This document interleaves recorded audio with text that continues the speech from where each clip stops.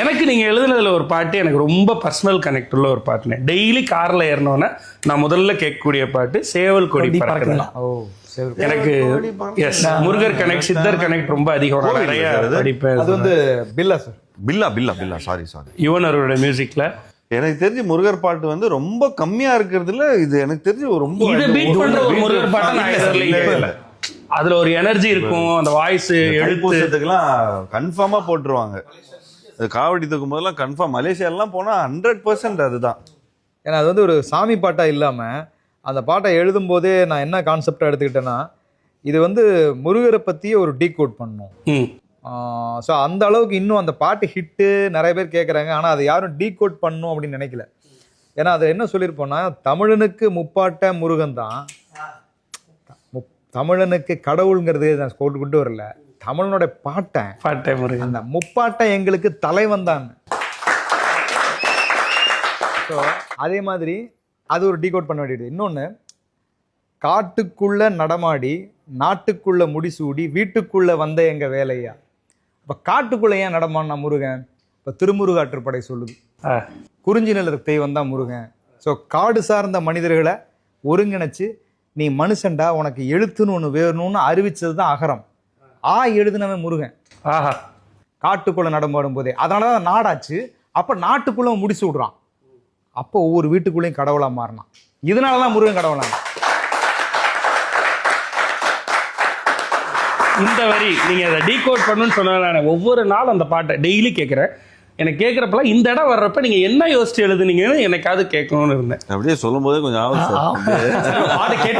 ஆதித்தமிழன் ஆண்டவனானான் மீதி தமிழன் அடிமையானான்றது பொலிட்டிக்கல் லைனா இல்ல ஆண்டவனுக்கு அடிமையானான்றது? முருகருக்காக எழுதுனது தான். பகுத்தறிவை அறிஞ்சவன் தான் ஆதி மனிதன்.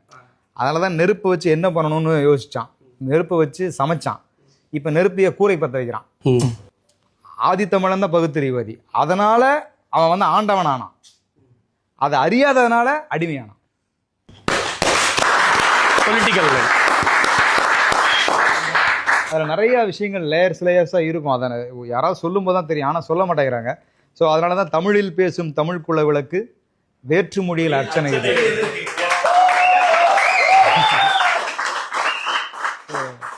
அது ஒரு பொலிட்டிக்கலாகவும் இருக்கும். அதே சமயத்தில் நம்ம பொலிட்டிக்கலாக தமிழ் அரசியலை பேசும், தமிழ் சார்ந்த அரசியல் அந்த பாட்டு பேசும்.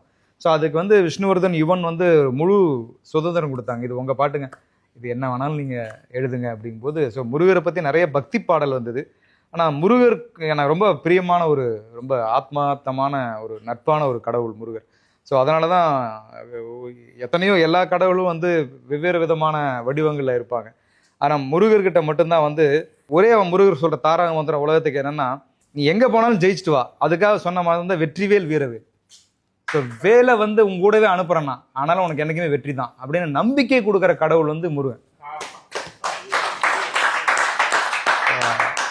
சொன்னோன்னா அதுக்குள்ள போயிடுச்சு.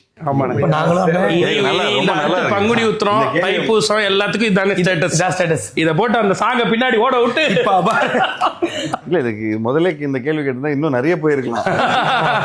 ஆக்சுவலி எங்க ஆபீஸ்ல எல்லாருமே கேட்டுட்டே இருப்போம். அண்ணன் மூலமா நாங்க அடிக்கடி கோயிலுக்கு போனா சரி, கார்ல போனா சரி, முதல் பாட்டா இவரு முதல் பாட்டு சேவற்குடி. அது வந்து எனக்கு பயங்கரனே. அதுல வந்து நீங்க எழுதுனீங்கன்றத கொஞ்சம் லேட்டரா தான் அதை யார் எழுதுனான்னு அதை யோசிக்கிறேன். அதுக்கப்புறம் நீங்க எழுதுனீங்க யுவன். இது யுவன் மியூசிக்ன்றதை நான் ரியலைஸ் பண்ணது யுவன் 25 அன்னைக்கு அந்த பாட்டை போட்டப்போதான். எனக்கு அது அவ்வளோ வைபா இருந்துச்சு அன்னைக்கு. அந்த பாட்டை கேட்டு யுவன் பாட்டா இது நம்ம டெய்லி கேட்டு அப்படி எனக்கு தோண ஆரம்பிச்சிச்சு அன்னைக்கு. Super super. Love you.